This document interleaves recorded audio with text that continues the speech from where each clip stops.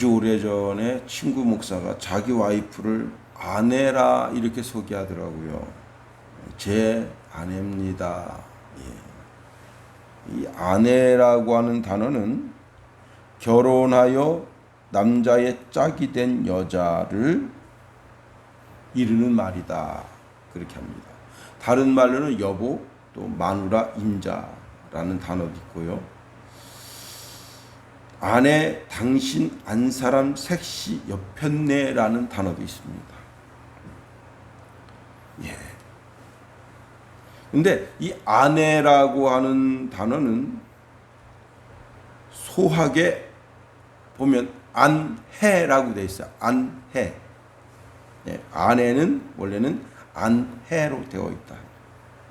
안이라고 하는 것은 안쪽이라는 말이고 해는 무엇무엇에라는 뜻이에요. 안쪽에라는 뜻이 원래 국어 사전의 본 뜻이라요. 그런데 이제 그 친구가 그 아내라고 하는 단어를 저한테 해석을 이렇게 했어요. 안에 있는 해다. 집안에 있는 해다. 근데 제가 어제 이제 설교 준비를 하면서 안해라는 단어를 살펴봤더니 혹자는 안에 있는 해, 태양이라고 번역을 하지만 그런 의견은 전혀 찾아볼 수 없다 하는 겁니다. 근데 오늘 본문에 보면요, 다윗의 아내라고 불려진 여자가 딱 한 사람이 있어요. 다윗에게는 수많은 아내가 있어요. 첩이 있었어요. 첩. 정실 부인이 있었어요. 근데 아내라고 불려진 여인은 3절에 있습니다. 보세요. 다섯째는 스바다랴, 아비달의 소생이요. 여섯째는 이드르암이요. 이드르암이라 다윗의 아내 에글라의 소생이니. 밧세바도 아내란 말을 사용하지 않고 그 전에 뭐 압살롬, 뭐 암논 이런 자녀를 낳은 그 부모도 아내라는 말을 사용하지 않았어요. 오직 한 여인, 여기 에글라라고 하는 여인에게만 아내라고 하는 단어를 사용하고 있습니다. 자, 그래서 혹자는 이렇게 해석합니다. 이 에글라가 혹시 다윗의 본처인 미갈의 다른 이름이 아니겠느냐 하는 그런 주장도 있는데 그건 어불성설이다.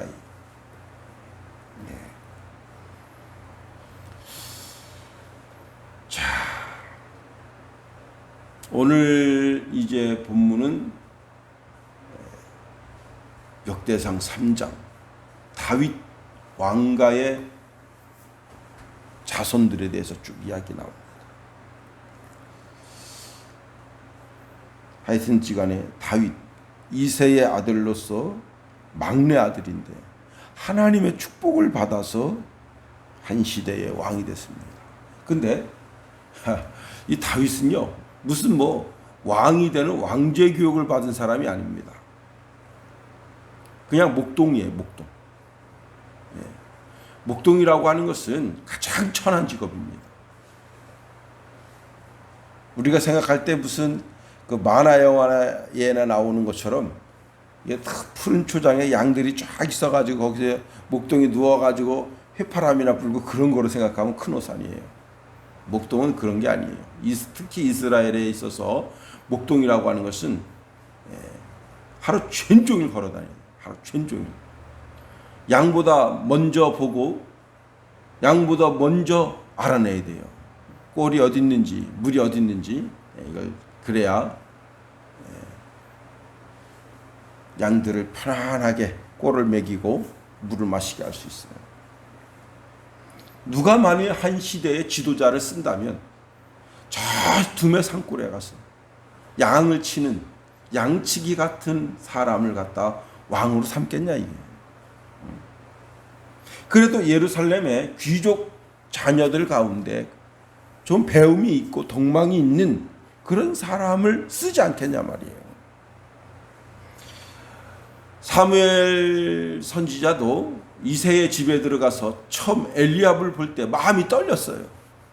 과연 여기 여호와께서 기름을 부을 만한 사람을 여기 내 앞에 세워두었구나. 그래서 자기가 들고 있는 그 뿔나팔을 확 불려고 했었어요.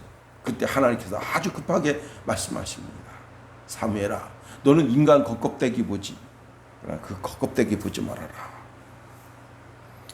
그의 용모와 키를 보지 말라. 내가 이미 그를 버렸노라.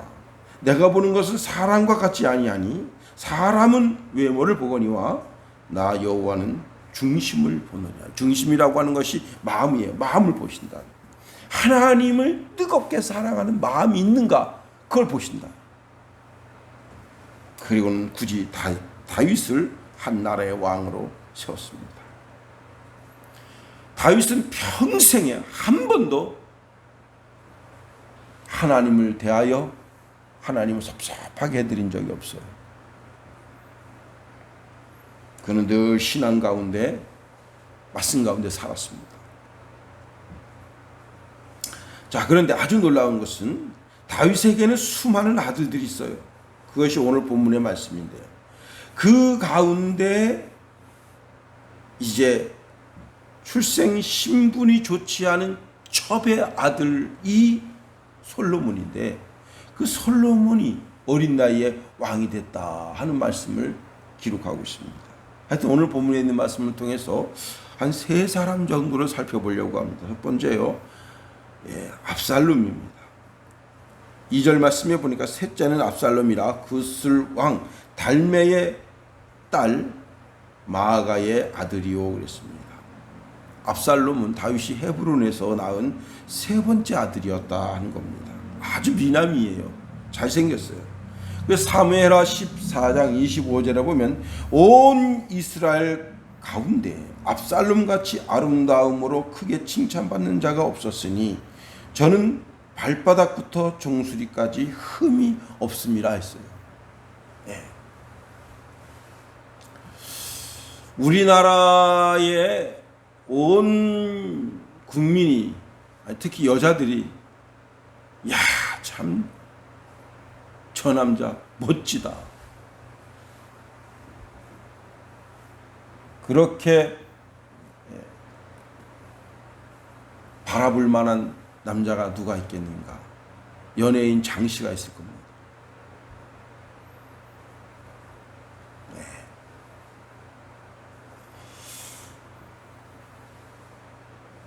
근데 이 사람이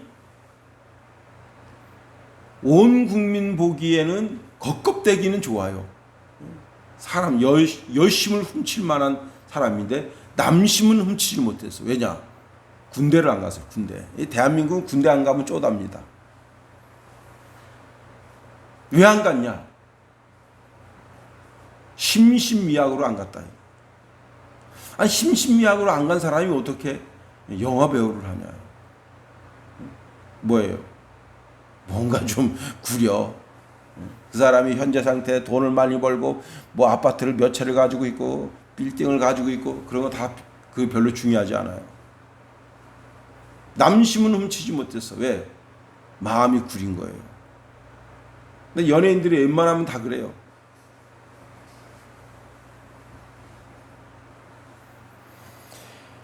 국민의 마음은 훔칠 수 있어도 하나님의 마음은 훔치지 못했어. 자, 그런데 이 압살롬이 다말로 인해서 암논을 난도질해서 죽였어요. 그리고는 그 길로다가 외가로 도망갔습니다. 외가가 어디라고요? 3절 말씀 다시 보세요. 셋째는 압살롬이라 그슬 왕 달메의 딸 마아가의 아들이요. 예. 그 할아버지가, 이제 외할아버지가 왕입니다. 왕. 그슬 왕이에요. 그 보통 집안이 아니야. 외가가 그슬 왕가입니다. 그슬이라고 하는 것은 요단강 동쪽에 아람 소국으로 독립국이에요. 이들은 이스라엘을 점령하지 않았었어요. 자, 그래서 다윗과 우호 관계를 맺고 있었는지도 몰라요. 하여튼 압살롬은 외가로 도망가서 3년 동안 지냈습니다. 그런데 다윗이 은근히 이 압살롬을 기다리고 있어요. 그래서 그것을 눈치챈 요압 장군이 두 사람을 화해시켰습니다. 그랬는데 그가 어떻게 했습니까? 스스로 왕이 되겠다고 해가지고 결국 아버지와 척을 두고 아버지 군대와 싸우다가 그 찰랑찰랑거리는 머릿결이 상수리 나무에 걸려서 거기서 암논이 난도질 당해서 죽는 것처럼 이 압살롬도 난도질 당해서 죽었습니다. 인물이 좋다고 하나님 쓰시는 거 아니에요. 혹 영화 배우는 인물 좋다고 겉껍데기 좋다고 쓸 수도 있어요. 그러나 하나님은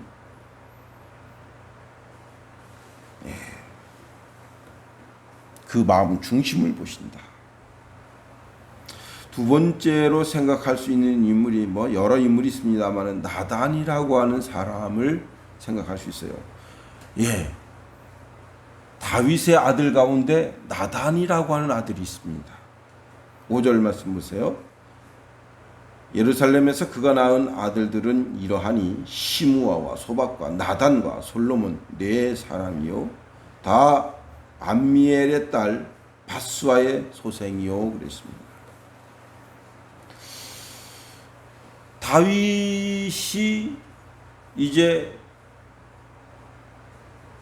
크게 잘못했을 때 다윗을 책망한 선지자가 나단 선지자입니다. 그런데 다윗이 자기 아들을 낳고 이름을 나단이라고 줬다. 이게 좀 뜻밖이죠. 그죠? 예. 왜 아들 이름을 나단으로 지었을까 하는 겁니다. 나단은 밧세바의 몸에서 낳은 아들인데 다윗이 하나님께 범죄하였을 때 하나님께서는 나단 선지자를 통해서 책망하셨어요. 그래서 나단은 다윗은 그 일로 인해서 회개하고 다시 새로운 신앙의 길을 걸어갈 수 있게 되었습니다. 그래서 시편 55편 12절에 이렇게 말씀하고 있어요. 나를 책망하는 자는 원수가 아니라 원수일진데 그랬습니다. 이 나단 선지자를 원수 같은 놈이다. 왜? 내 비밀을 알고 있잖아요. 내 지금 치부를 알고 있다. 그런데 원수 같은 원수놈이다.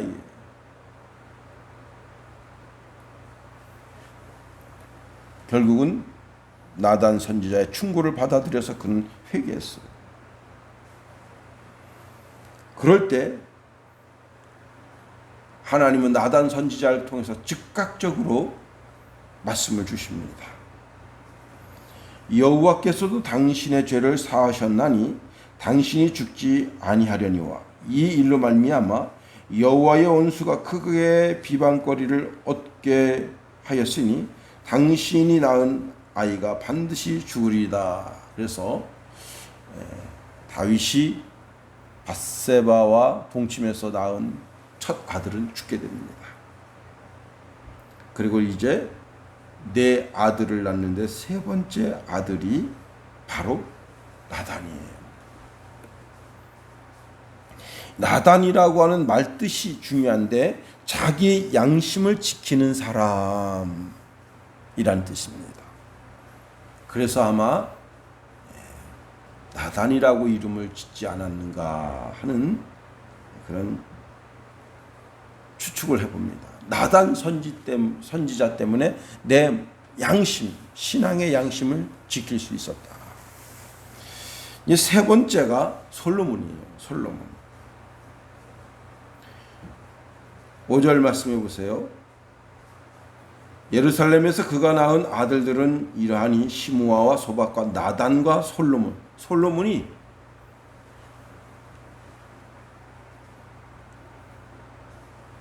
밧세바가 낳은 아들 중에 가장 막내다. 자, 솔로몬이 왕이 된 게 아주 의외예요. 그런데 솔로몬은 다윗 왕을 생각하면 행복한데 자기 어머니를 생각하면 불행해요.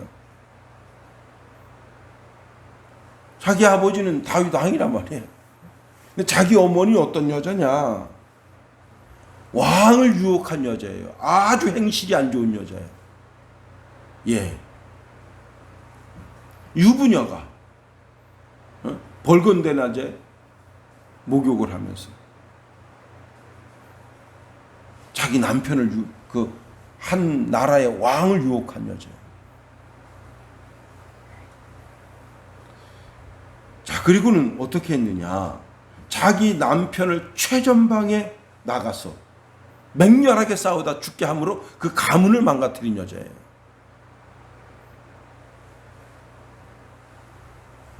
그리고 밧세바의 그 잘못된 행동 때문에 첫 아들이 죽게 됐어요. 그리고 밧세바의 할아버지가 있어요. 아히도벨입니다. 아히도벨은 본래는 다윗의 책사였어요. 책사. 그런데 아히도벨이 다윗이 자기 손녀딸에게 행한 짓을 알게 된 거예요. 다윗도 이때 나이가 많습니다. 그런데 다윗이 자기 손녀딸을 데려다가 성폭행하고 손녀 사이를 최전방에 보내서 맹렬하게 싸우다 죽게 하고 이런 것에서 아히도벨이 압살롬의 난 때 다윗 편을 들지 않고 압살롬 편을 들은 거예요. 그래서 모략을 베푼 거예요. 다윗이 죽게 하도록.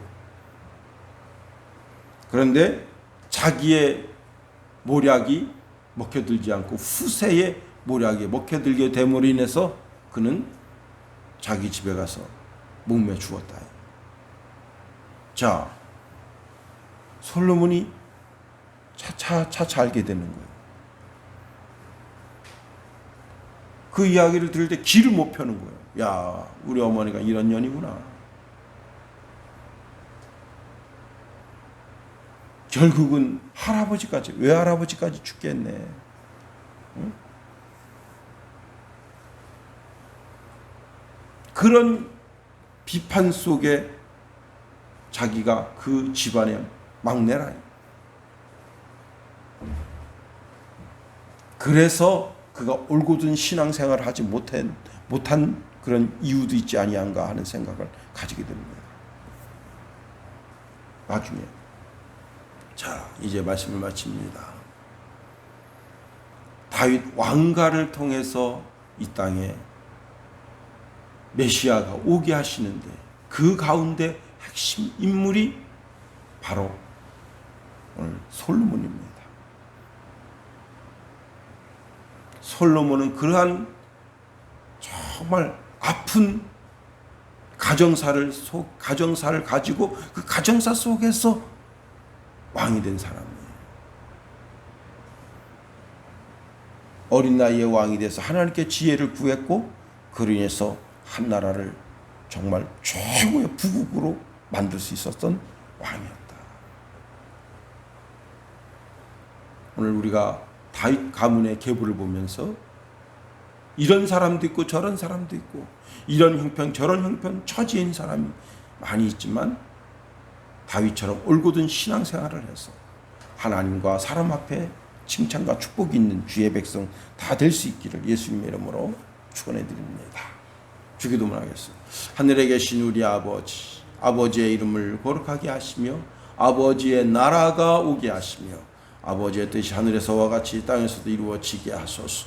오늘 우리에게 일용할 양식을 주시고 우리가 우리에게 잘못한 사람을 용서하여 준 것 같이 우리 죄를 용서하여 주시고 우리 시험에 빠지지 않게 하시고 악에서 구하소서. 나라와 권능과 영광이 영원히 아버지의 것입니다. 아멘.